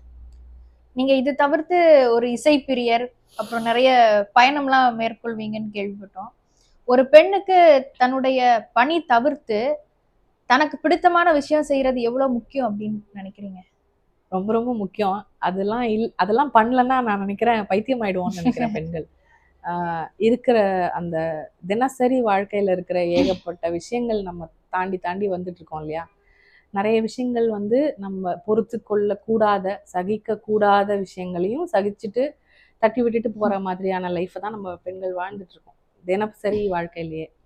அப்போ வந்து தனக்குன்னு ஒரு டைம், ஒரு மீ டைமும் ஒரு தனக்குன்னு ஒரு பேம்பர் பண்ணிக்கிறதுக்காகவும் எங்கள் அக்கா வந்து சொல்லிகிட்டே இருந்தாங்க இப்போ ஒரு 2-3 நாள் முன்னாடி பேசும்போது, அந்த பேம்பர்னா வெறும் வந்து நெயில் பாலிஷ் போட்டுட்டு ஒரு க்ரூம் பண்ணிக்கிட்டு அப்படின்றத மீறி அவங்களுடைய ஹெல்த் அப்படின்றதெல்லாம் பெண்கள் பார்க்குறதே இல்லை அப்படின்றது. ஏன்னா நீங்கள் எக்ஸ்டர்னலாக பண்ணுற ஒரு க்ரூமிங் வந்து மிச்சவங்க பார்க்கறதுக்கு நீங்கள் கான்ஃபிடென்ட்டாக காமிச்சிக்கிற ஒரு விஷயமா இருக்கலாம். ஆனால் கடைசியில் வந்து உங்களுடைய ஹெல்த்துக்கு நீங்கள் என்ன பண்ணுறீங்க, மென்டல் ஹெல்த்துக்கு என்ன பண்ணுறீங்கன்றதெல்லாம் ரொம்ப முக்கியமான விஷயம். உளவியல் ரீதியாக நம்ம எவ்வளோ விஷயத்தை அடக்கி வச்சுக்கிட்டு ஒரு டப்பாக்குள்ளே பூட்டி வச்சு அதை அப்படியே டப்பா இல்லை, அது ஒரு மலை மாதிரி போயிட்டுருக்குது. அப்போ அதெல்லாம் மீறி நம்ம அதை விட்டுட்டு நம்ம ஒன்றுமே இல்லை, இந்த ஒரு அண்டத்தில் வந்து ஒரு பெரிய பேரண்டத்தில் வந்து நம்ம ஒரு சின்ன விஷயம், நம்மளுடைய பிரச்சனையெல்லாம் ஒரு விஷயமே இல்லைடா அப்படின்னு எனக்கு தோணும். அந்த ஃபீலிங்காகவே அது வந்து ஒரு போதைன்னு சொல்லலாம். எனக்கு சோலோ ட்ராவலிங் பிடிக்கும். எல்லா நேரமும் இல்லை, பட் சில சோலோ ட்ராவல் போவேன் நான் தனியாக. அப்போ வந்து இதுதான் நினைப்பேன், அந்த ஒரு மலைக்கு மேலே ஒரு நான் வந்து கேதார்காந்தான்னு சொல்லி ஒரு ட்ரெக்கு போயிருக்கேன். வருஷத்தில் ஒரு ட்ரெக்கு போகணுங்கிறது என்னுடைய கோல். அந்த ட்ரெக்கு பண்ணுற அளவுக்கு ஹெல்த் வச்சுக்கணுன்றதும் என்னோட ஹெல்த் கோல். அந்த ட்ரெக்கு மூலமாக வந்து கிடைக்கிற மென்டல் ஹெல்த் பெனிஃபிட்ஸ் வந்து சொல்ல முடியாத ஒரு விஷயம். அது எக்ஸ்பிளைன் பண்ணுறதுக்கு வார்த்தை கிடையாது. ஏன்னா அந்த ஒரு மலை நான் ஏறி ட்ரெக் பண்ணிட்டு போகும்போது எனக்கு கூட வந்து வெறும் ஒரு ட்ரெக் கைடு மட்டும்தான் அந்த வழியை காட்டுறதுக்கு. அவர் வந்து தோ வந்துருச்சு மேடம், இவ்வளோ 20 கிலோமீட்டர் வந்துட்டீங்க, தோ தோ வந்துச்சு, மினி 2 கிலோமீட்டர் தான் இருக்கு, இதுக்கு போய் இப்படி அப்படின்னு காமிச்சிட்டு கடந்த இந்த 5 வீரன் கிலோமீட்டரா படம் சொல்லிட்டு இருக்கிறாரு. வர மாதிரி. அப்போ வந்து கடைசியில அவர்கிட்ட நான் சொன்னேன், சரி அப்பதான் வந்து பாகுபலி படம் புதுசா வந்த டைம், நான் வந்து ராஜமாதா மாதிரி கால்கள் நிற்காது, போயிட்டே இருக்கும், என்ன ஆனாலும் மேல போய் பாத்துக்கிறது, உயிரே போனா கூட மேல போய் உயிரை விட்டுக்கலாம் பரவாயில்ல அப்படின்னு சொல்லி போயிட்டே இருந்தோம் நாங்க. அப்ப அவர்கிட்ட ஏன்னா அவர் சொல்லுவாரு, நீங்க நின்னீங்கன்னா பாடி வந்து கூல் ஆயிடும், அப்புறம் திருப்பி இன்னும் குளிர் எடுக்க ஆரம்பிச்சிடும், அந்த வார்ம்த் போயிடுச்சுன்னா உங்களுக்கு வந்து திருப்பி எழுந்து நடக்கணும் நகரணும்னு தோணாது, உங்களுடைய மசில்லாம் பிடிச்சிக்கும், அதனால நிக்காதீங்க, தயவு செஞ்சு நடந்துகிட்டே இருங்க, கொஞ்சம் கொஞ்சம் குட்டி குட்டி ஸ்டெப்பா வச்சா கூட நடந்துகிட்டே இருங்கன்னு சொல்லிட்டே இருப்பார். அவர் சொல்லி அவரால் தான் நான் அங்கே போய் சேர்ந்தேன்னு இப்போ வரைக்கும் நான் நினச்சிக்குவேன். அந்த பையனுக்கு தான் தேங்க்ஸ் சொல்லணுன்ட்டு. அந்த டைமில் வந்து நான் தனியாக அந்த மலையில் எல்லாரும் ஓவர்டேக் பண்ணி போயிட்டாங்கப்பா. நான் வந்து கொஞ்சம் வெயிட் ஜாஸ்தி, ட்ரெக் பண்ணுறது கஷ்டம், மூச்சு இறைக்கும், எல்லாம் எனக்கும் உண்டு. இப்போ என்னைய தாண்டி பல குரூப்புகள் ஆரம்பித்து அவங்கெல்லாம் மேலே போய் சேர்ந்துட்டு இறங்கி வந்துட்டு போயிட்டு இருக்கிறாங்க. அந்த பக்கம் எனக்கு தெரியுது, மலை உச்சியும் தெரியுது, கிட்டக்கவே வரல, தெரியுது ஆனால் கிட்ட வரல அப்படின்ற மாதிரி. நம்ம நடந்துட்டு ரொம்ப நேரமாக நடக்கிறோமே, கிட்டேயே வரலையே நினச்சிட்டே போயிட்டு இருந்த டைமில். ஆனால் அப்போ வந்து என்னன்னா அது ஒரு ஒரு அப்சல்யூட் சைலன்ஸ், கிட்டக்கை கூட யாருமே இல்லை இந்த பையனை தவிர. அவரும் முன்னாடி போயிட்டு இருப்பாரு, பின்னாடி வந்துட்டு இருப்பாரு, அந்த மாதிரி. அந்த பெரிய ஒரு பறந்து விரிந்த ஒரு இமயமலை இருக்கு, அதில் வந்து நம்ம மட்டும் ஒரு தனியால் அப்படி ஏறி போயிட்டு இருக்கோம். நம்ம வந்து நினைப்போம் பெரிய நான் அப்படியே சாதிச்சு, அப்படியே நான் இங்கே அப்படியே ஏறி பெருசாக சாதிச்சிட்டேன், என்னமோ பண்ணிட்டேன்ற மாதிரி நினைக்கும், வெட்டி முறிச்சிட்டோன்ற ஒரு ஒரு சந்தோஷம் இருக்கும் அந்த சப்மிட் பண்ணும்போது, உச்சியை அடையும் போது. ஆனால் பக்கத்தில் வந்துட்டு நாயெல்லாம் இருக்கும், அங்கே இருக்கிற லோக்கல் டாக்ஸ் எல்லாம் புசு புசுன்ட்டு, அதெல்லாம் சும்மா அப்படியே சரக்கு சரக்கு மேலே ஏறிட்டு அங்கேருந்து என்னையா இன்னும் வரலையா நீ, திருப்பி கீழே வரும், திருப்பி மேலே போ, திருப்பி கீழே. அவர் 4-5 தடவை போயிட்டு போயிட்டு வந்துட்டு இருக்கோம். ஆஹா நம்மளெல்லாம் வந்து காரி தூக்கி சிரிக்கிற மாதிரி இந்த பையன் இந்த நாய் ஒன்று பண்ணுது அப்படின்னு சொல்லி அதை பார்த்து நம்ம கோவம் வரும். அப்புறம் வந்து அதை பார்த்து ஒரு ஒரு அசிங்கமாக இருக்கும், சே எப்படி போகுது பாரு அப்படின்ட்டு. அப்புறம் வந்து அங்கே இருக்கிற லோக்கல்ஸ் எல்லாம் பார்க்கணுமே, அங்கே இருக்கிற பெண்கள்லாம் விறகு அடுக்கி தூக்கிட்டு போவாங்க. ஆள் வந்து நம்மள மாதிரி கால்வாசி இருப்பாங்க, இப்படி இருப்பாங்க அங்கே இருக்கிறவங்க. நாங்கள்லாம் அப்படியே ட்ரெக்கு பூட்ஸாக்கும் இதுவாக்கும் 4 சாக்ஸ் போட்டு அப்படியே 4-5 லேயர் போட்டு அப்படியே வேர்க்க விருக்கு மேலே ஏர் ரவுண்ட்லாம் போயிட்டு இருப்போம். அவங்க வருவாங்க சாதாரண இது சேலை மாதிரி ஒன்று சுற்றி கட்டிட்டு இருப்பாங்க, தலை ஃபுல்லாக இங்கிருந்து கீழே அவங்க ஹைட் வரைக்கும் அவ்வளோ தூரத்துக்கு கட்டி வச்சிருப்பாங்க, விறகு தூக்கிட்டு சரக்கு சரக்குன்னு ஏறுவாங்க. ஹவாய் செப்பல் கூட இருக்காது சில பேருக்கு வந்து ஏதோ அந்த லெதர் செருப்பு மாதிரி இருக்கும் இல்லையா, அது ஒன்று போட்டு அப்படியே சரக்கு சரக்குன்னு ஏறுவாங்க. அவங்க ட்ரெக் பூட்ஸ்லேயே எங்களுக்குலாம் அப்படியே வழுக்கும், விழுந்தா மண்டை போச்சு இப்படிலாம் பயப்படுவோம். அவங்க சரக்கு சரக்குன்னு ஏறுவாங்க, சரக்கு சரக்குன்னு இறங்குவாங்க, விறகை தூக்கிட்டு வேற ஏறிட்டு இருப்பாங்க. அதை பார்க்கும்போது நினச்சிப்பேன் நான், அவங்களுடைய தினசரி வாழ்க்கையே எவ்வளோ பெரிய ஒரு ஒரு சாதனை, தினப்படி அவங்க சாதனை புரிஞ்சுக்கிட்டு இருக்கிறாங்க. இவங்களுக்கெல்லாம் எந்த ரெகக்னிஷனும் கிடையாது, எந்த பிரச்சனையும் வெளியில் சொல்லியிருக்க ஆள் கிடையாது. நம்மளை போல வந்து எனக்கு மென்டல் ஹெல்த் ப்ராப்ளம்ஸாக இருக்குது, யார்கிட்ட போய் பேசுறது அப்படின்னு நம்ம போய் கேட்குறோம்ல, ஒரு சைக்கியாட்ரிஸ்ட் பார்க்கலாமா, சைக்காலஜிஸ்ட் கிட்ட பேசலாமா, இந்த வசதி வாய்ப்பு எதுவுமே இல்லாத ஒரு ஒரு ஒரு கட்ட மக்கள் அவங்க. அந்த மக்களுக்கு வந்து எவ்வளோ பிரச்சனை இருக்குது, தினப்படி உயிர் வாழறதே பெரிய பிரச்சனை. நமக்கு இருக்கிற பிரச்சனையெல்லாம் ஒன்றுமே இல்லையா அப்படின்ற மாதிரி ஒரு ஃபீலிங் இருக்கும். அந்த ஃபீலிங் வர்றப்போ ஒரு ஒரு அசாத்தியமான ஒரு ஒரு கிளாரிட்டி கிடைக்கும். என்னுடைய லைஃபோடைய மேஜர் டெசிஷன்ஸ் எல்லாம் நான் அந்த மாதிரி மலை உச்சியிலெல்லாம் எடுத்திருக்கேன். என்னுடைய வாழ்க்கை சம்மந்தப்பட்டது, என்னுடைய வேலை சம்மந்தப்பட்டது, ரொம்ப முக்கியமான டெசிஷன்ஸ் எல்லாம் அங்கே எடுத்திருக்கேன் நான். ஏன்னா அந்த கிளாரிட்டி கொடுக்குற ஒரு தெளிவு அது. இப்படி பெண்கள் வந்து இந்த மாதிரி ஏதாவது பண்ணிக்கணும், கண்டிப்பா ஏதாவது பண்ணணும். இல்ல அதே குற்ற உணர்ச்சி ஏற்படுற மாதிரி பொது சமூகம் வந்து பூத்தி வச்சிருக்க, நீ உனக்குன்னு ஒரு நேரம் செலவழிச்சிட்டேன்னா அது நீ வந்து சொல்றவங்க சொல்லிட்டு தான் இருப்பாங்க, அவங்களுக்கு வாய் இருக்கு பேசுறாங்க. நம்ம லைஃப்பை நம்ம தான் பார்க்கணும் இல்லைங்களா. அதாவது இன்னுமே வந்து நிறைய பேர் என்கிட்டலாம் சொல்லுவாங்க, ஒரு தாய் ஆகலைன்னா நீங்க வந்து ஒரு முழுமையான பெண் இல்லைன்னுவாங்க. அப்புறம் வந்து இதெல்லாம் பண்ணி பார்த்துருந்தா தான் உங்களுக்கு தெரியும். அதுலயும் வந்து தாய் ஆனப்புறம் வந்து என்ன சொல்லுவாங்க, முதல்ல வந்து கல்யாணம் பண்ணி நீ ஒரு நல்ல சக்சஸ்ஃபுல்லான ஒய்ஃபா இருந்தாதான் உனக்கு வந்து இது, நீ வந்து பெண்ணா இருப்பேன்னு சொல்லுவாங்க. அடுத்து வந்து தாயாகணும்னு சொல்லுவாங்க. தாய் ஆன பின்ன சொல்லுவாங்கன்னா, நீ வந்து எபிடூரல் போட்டுக்கிட்ட, வழி இல்லாம நீ வேலையை முடிச்சுக்கிட்ட, அதனால உனக்கெல்லாம் வந்து பெரிய மேட்ரே கிடையாது, நீ தாயானதெல்லாம் வந்து செல்லாது. அப்போ வந்து எங்களை மாதிரி சிசேரியன் பண்ணாதான் நீங்க வந்து தாய், சிசேரியன் பண்ணலைன்னா தாய் இல்லை, இல்லைன்னா நீ அந்த வழியெல்லாம் கோத்ரூ பண்ணலை, அப்போதான் நீ வந்து இதெல்லாம் புரிஞ்சுக்குவேன்னுவாங்க. இதுக்கப்புறம் வந்து ஒன்று பிள்ளை பெற்றுக்கலையான்னு கேட்டதுக்கப்புறம் 2வது பெற்றுக்கல, நாங்கள்லாம் 4 பிள்ளைங்க வச்சுருக்கோம், நாங்கள்லாம் இப்படி வளர்த்தோம் அப்படி வளர்த்தோம், நீ வந்து அந்த மாதிரியா வளர்க்குற, நீங்கள் வந்து ஃபோனை காட்டி வளர்க்குறீங்கன்ட்டு அதுக்கு ஒரு ஏதாவது குறை சொல்கிறது தான் சமுதாயத்துடைய வேலையாக இருக்குது. அவங்க சொல்லிட்டு தான் இருப்பாங்க, நம்ம விஷயத்த நம்ம தான் பார்த்துக்கணும். ஏன்னா எந்த ஒரு உறவும் வந்து கடைசியில் வந்து நம்ம படுத்துட்டு இருக்கும்போது வந்து கால் அமுக்கி விட போகிறதோ இல்லை ஏதாவது செஞ்சு விட போகிறதோ கிடையாது. நம்மளே தான் பண்ணிக்கணும். என்னோட ஃப்ரெண்டு கிட்ட நான் பேசும்போது சொல்லுவேன், பெண்களுக்கு மட்டும் இந்த சமுதாயத்தில் எப்படின்னா, இறந்து போனா கூட நம்மளே போய் போய் போய் படுத்துக்கணும், நம்மளே போய் அந்த இதுல வந்து கட்டையை வந்து அடுக்கி வச்சுக்கணும், நம்மளே வத்தி குச்சி வச்சு நம்மளே லைட்டும் பண்ணிக்கணும். அந்த மாதிரியான நிலைமையில தான் பெண்கள், முக்காவாசி பெண்கள் இன்னும் இருக்காங்க. ஒரு வீட்டுல ஒரு ஆணுக்கு வந்து ஏதாவது ஒரு ஹெல்த் இஷ்யூ வருதுன்னா அந்த பெண் எல்லாத்தையும் பார்த்துக்கிட்டு, அதையும் பார்த்துக்கிட்டு, ஃபைனான்ஸையும் பார்த்துக்குவாங்க. அதே ஒரு பெண் படுத்தாங்கன்னா குடும்பம் சம்பிச்சு போயிடும். ஏன்னா நம்ம வந்து சமுதாயத்துல வந்து ஒரு அப்பாவுடைய ரோலை வந்து பெருசா பேசிக்கவே இல்லை. அதை வந்து நீங்க படம் பிடிச்சி ஒரு படத்துல வந்து குளோரிஃபை பண்ணி, ஒரு அப்பா வந்து அப்பாவோட டியூட்டிஸை பண்றத குளோரிஃபை பண்ணி தான் நம்ம போடுறோம். அதுவே தாய் பண்ணணும்னா அது டியூட்டி, அது நீங்க செஞ்சுதான் ஆகணும். அவங்க கடமை இல்லையா? தாய் இல்லாம பிள்ளைங்களாம் வளரவே வளராதுன்றவாங்க.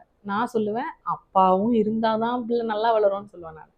அதை நீங்க வந்து கொச்சைப்படுத்தி வச்சிருக்கீங்க, இந்த மாதிரி காமிக்காம வச்சிருக்கீங்க. அதனால ஆண்களும் பெண்களும் 2 பேரும் செய்ய வேண்டிய விஷயம் இது. அவங்களுடைய பணியை தவிர, வேலையை தவிர ஒரு சைடில் வந்து அவங்களுடைய ஹாபி, ஒரு டைம் பாஸ், ஒரு மென்டல் ஹெல்த்துக்கான ஒரு விஷயமா இதெல்லாம் கம்பார்ட்மெண்டலைஸ் பண்ணி அதுக்கு ஃபைனான்ஸை போட்டு வச்சு இந்த ட்ரிப்பெல்லாம் போய் தான் ஆகணும். இல்லைன்னா வந்து மூளை முழுங்கிடும், வீட்டில் சண்டை வரும், ஆளாளுக்கு கடிச்சு கொதறிட்டு டாம் அண்ட் ஜெர்ரி மாதிரி போயிட்டு இருக்கோம் வீட்டில். தோழர் ரேஷ்மாக்கும் சென்னைக்கும் இருக்கிற தொடர்பு எப்படி? பிறந்து வளர்ந்தது எல்லாமே சென்னை தான். இந்த ஊர்லேயே பிறந்து எப்படி இங்கே ஊர் நாள். சென்னை வந்து ஃபர்ஸ்ட் லவ்னு சொல்லுவேன். நான் வந்து இப்போ இங்கே சென்னைக்கு வந்திருக்கேன், திரும்பி போனப்புறம் ஒரு 2 வாரத்துக்கு எனக்கு ஹோம் சிக்னஸாக இருக்கும். அது வந்து நான் எங்கள் வீட்டில் வந்து ஹோம் சிக்னஸ்ன்னு சொன்னேன்னா எங்கள் அம்மா அதை கரெக்ட் பண்ணுவாங்க, அது ஹோம் சிக்னஸ் இல்லடி, அது சென்னை சிக்னஸ் அப்படின்வாங்க. உனக்கு சென்னையில் தான் அந்த சிக்னஸ். ஏன்னா எனக்கு வந்து என்னுடைய எல்லா கஷ்டமான காலங்களும் சந்தோஷமான காலங்களும் எல்லாமே பார்த்து வளர்ந்த ஊர் இது. என்னுடைய கேங் அப்படின்னு சொல்கிற ஒரு பூசம் ஃப்ரெண்ட்ஸ் எல்லாரும் இருக்கிற ஒரு ஊர் இது. அஃப்கோர்ஸ் நிறைய பேர் வெளிநாடுகள்லாம் புலம்பெயர்ந்து போயாச்சுனாலும் இங்கே இருக்கிற க்ரௌட் வந்து என்னை வந்து ரொம்ப எங்கள் செல்லப்பிள்ளை அப்படின்ற மாதிரி பார்த்து வச்சுக்குவாங்க என்னோட ஃப்ரெண்ட்ஸ் எல்லாம். கெட் டுகெதர்லாம் நான் வந்தாலே கெட் டுகெதர் நடக்கும் ஏதாச்சும், நானே ஆர்கனைஸ் பண்ணி எல்லாரையும் கூப்பிட்டே. நான் வந்து ஒரு நெட்வொர்க்கிங்கில் பெரிய ஆளுன்னு எங்கள் அப்பா சொல்லுவார். எனக்கு வந்து எல்லா உறவுகளையும் தக்க வச்சுக்கணும், எல்லா ஃப்ரெண்ட்ஸையும் வச்சுக்கணும், சேர்த்து வச்சுக்கணும் எல்லாரையும். அந்த பெரிய எக்ஸ்ட்ரோவர்ட் நான். அதனால நான் வந்தேன்னா ஒரு கும்பல் கூடிடும், கூட வச்சிருவேன் அந்த மாதிரி. அதே மாதிரி எல்லா இடங்கள், நிறைய நாஸ்டாலஜிக்கான இடங்கள் இருக்குது. இப்போ ஒரு பெஸ்ஸி பீச்னா அது ஒன்று, மெரினா பீச்சில் ஒரு மெமரி இருக்கும், ஒவ்வொரு இடத்துக்கும் நிறைய மெமரிஸ் அந்த மாதிரி இருக்கும். ஸோ அதனால எனக்கு இங்கே this is home for me. சென்னைனா எனக்கு ஹோம் ஃபீலிங். சென்னை இல்லாமல் இப்போ கோயம்புத்தூருக்கு மாறி எங்கள் வீட்டில் அப்பா அம்மாலாம் கோயம்புத்தூரில் இருந்தாங்க நிறைய வருஷம். அப்போல்லாம் எனக்கு வீட்டுக்கு போகிறது வந்து வீட்டுக்கு போகிற மாதிரி இருக்காது. அம்மா அப்பா இருக்காங்க, ஆனாலும் அவங்களே சென்னையில் இருந்தால் சந்தோஷம், அந்த மாதிரியான இடம் அது. அதனால அது லைஃப்பில் என்னோட ரொம்ப ரொம்ப பெரிய பங்கு எடுத்த இடம் இது.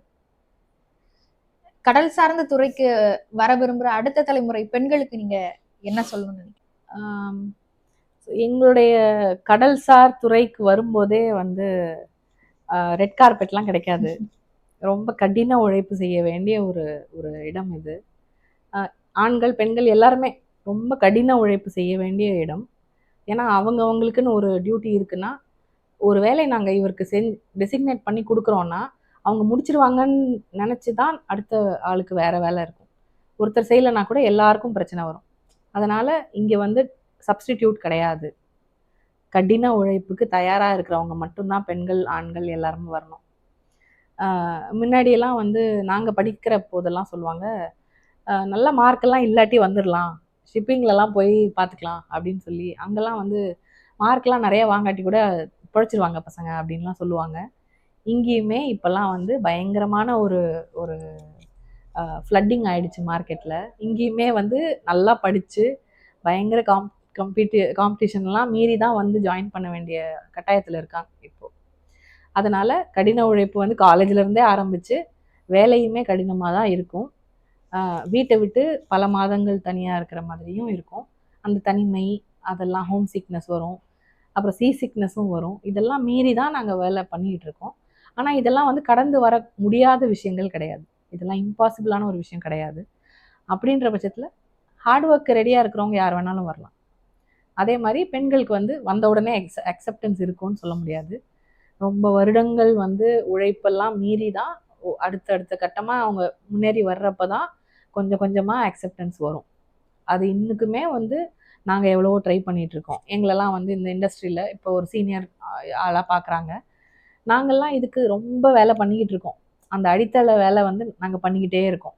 பெண்கள் அடுத்து வர்ற பெண்களுக்கு ஒரு கம்ஃபர்ட் இருக்கணும், அங்கே ரெகுலேட்டரி மெஷர்ஸ் இருக்கணும், இதெல்லாம் நாங்கள் பார்த்துக்கிட்டே இருக்கோம். பாஷ் எல்லாம் இருக்கணும், ரெக்ரூட்மெண்ட்டில் பிரச்சனை வரக்கூடாது, இதெல்லாம் நாங்கள் பண்ணிக்கிட்டு தான் இருக்கோம். அதையும் மீறி பிரச்சனைகள் வருது.